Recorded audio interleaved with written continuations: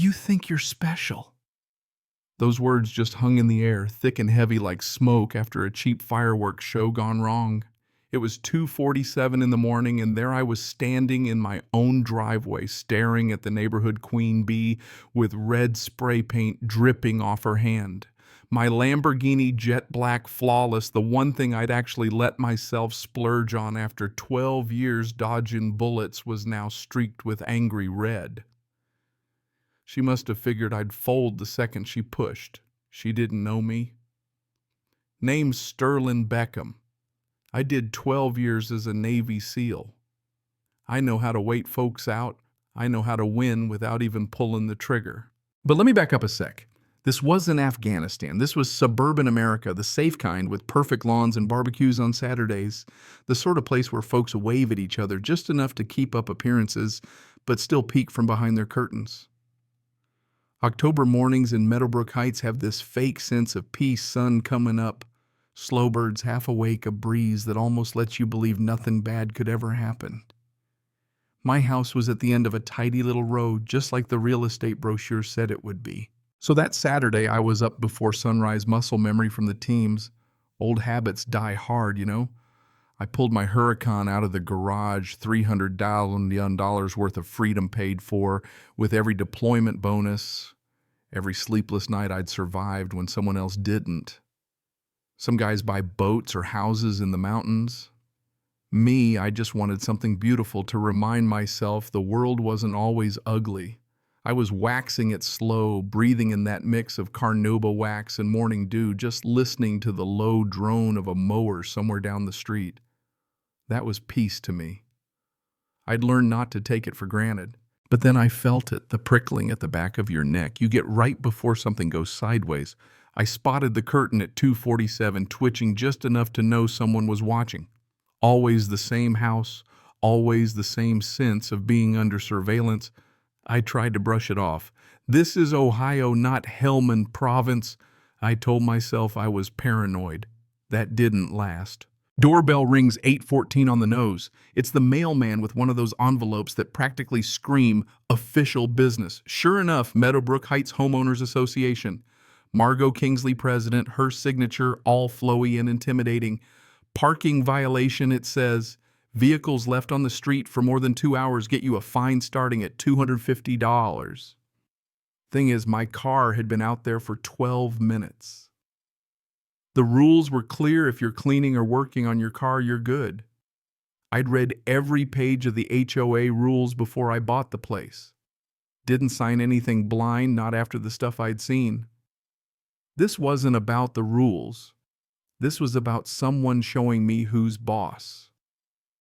And right along the envelope seal, a faint streak of red, fresh nail polish pressed just so. The kind of detail most folks would miss, but my brain's trained to clock everything. Rest of the day passed quiet, but that feeling didn't leave. Put the car away, showered in a house that felt way too empty since the divorce. My ex Sarah took the furniture and said she needed a fresh start. Can't blame her. Being married to a ghost, never knowing if or when I'd come back, doesn't exactly build trust. So now it's just me, 3 bedrooms of IKEA, and a security system you could use for a U.S. embassy. I poked around the HOA's website, polished professional, Margot's face staring back in that I'm here to help way. She'd been doing this 15 years, had a background in real estate, and from what I could tell, a passion for making people like me feel out of place. Took some notes. Dates, times, what they accused me of, what actually happened. If this was going to be a pattern, I'd document every bit. Evidence matters. You learn that the hard way. That afternoon, everyone got a notice about a mandatory HOA meeting. I marked it on the calendar. Violations review. Yeah, that felt aimed right at me. Outside kids played someone pressure wash their driveway. Normal life, the kind I'd spent a decade fighting for, and now someone was dead set on making mine miserable. I checked my security cameras. Caught Margot herself lurking near my driveway that morning watching.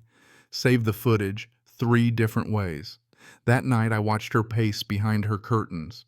I remembered watching enemy compounds through night vision. Same tension, just less sand and gunfire. People like her, they never want a fair fight. They want you to break without ever raising their voice. By Thursday, the HOA meeting rolled around. Community center looked like everyone you've ever seen, brick flower beds, the works. I counted 43 cars in the lot. Habit. Once you've spent years making sure you know who's in the room before you step through the door, you never stop. Inside folding chairs, name tags, and that unmistakable smell of old carpet and burnt coffee. Margot's gavel hit the table. No welcome, just a declaration of dominance. She outlined the agenda, hit violations review like it was a court summons. Then came the parade of petty complaints. Wrong color shed Christmas lights in March, mailbox too modern. And then my car. Didn't say my name, just let the photo do the talking. Talked about expectations and preserving character. The room started murmuring. Show off, someone muttered. I didn't react. Never show weakness. One older guy piped up, wondered if taking photos of residents' cars was even legal. Margot's answer was ice-cold standard procedure. She had a smile that didn't touch her eyes. Then came the rule proposals: restrict vehicle colors, limit driveway parking hours, require pre-approval for any car over a certain value. It wasn't about order, it was about control. The meeting ended, but Margot wasn't done. On my way out, she leaned in and hissed that military men always thought they were special, that this neighborhood needed rules, not heroes. I kept walking, just logged it in my mental file. Monday morning, another envelope, this time with a fine. Claimed I'd left my car out too long. Security footage said otherwise, 12 minutes, not a violation. I emailed back, attached all the evidence, quoted chapter and verse from the covenant. Margot's answer: discretionary authority. In other words, the rules meant whatever she wanted them to. Soon after, the whole neighborhood got an email about ostentatious displays with a photo of my car, now inside my own garage. Neighborhood message board blew up. Some defended me, others claimed I was a threat to property values. Margot liked the nastier comments, just fanning the flames. Then another letter, hand-delivered $500 for unauthorized exterior modification. Claimed I'd painted my garage door, never touched it. Called my real estate agent, dug up old listing photos, door was always gray. Put everything in a file just in case. Called a lawyer. He said I had a case if I wanted to push back. Most people don't fight, he warned. Not worth the time or stress. I told him I wasn't most people. Then came the anonymous threats. Blocked numbers. You should just pay up. I doubled my security, added more cameras. Next night, a car idled outside, license plate covered. Paranoia, maybe. But I wasn't taking chances. Friday, emergency HOA session. Only a handful of cars this time. They'd set it up like an interrogation, one chair facing the board, spotlights and all. I dragged a chair off the wall, sat at an angle, made them come to me. Margot ran through her accusations rapid fire. When she finished, I asked to use the projector. She tried to block me, but the board caved. I laid out my case footage, documents, insurance records, everything. I didn't accuse, just let the facts talk. Margot lost it. Claimed I was twisting facts, called out my background, spat out. Military men think they're special. One of the other board members, Vivian, quietly suggested they review the evidence. Margot demanded a vote on escalating action against me. The board refused. Margot stormed out, promising I'd regret crossing her. The mask cracked, and for a second you could see the scared person underneath the tyrant. That night, Margot was pacing her porch on the phone, yelling. I called Reed Holloway, a friend local detective, gave him the rundown. He told me to keep documenting, said folks like Margot never stopped until they hit a wall. A few nights later, 2:47 a.m., motion detected by the garage. Two figures, one definitely Margot. Spray paint, a hired hand with a mallet. I hit the lights, called the cops, and let them freeze in the spotlight. She lost it, started rambling about how I'd ruined her life, how people like me made her feel invisible. The hired guy panicked, confessed. She'd paid him, claimed it was a prank. Police took them both. Reed showed up, took my statement, said the evidence was solid. By sunrise, everyone knew. Social media blew up.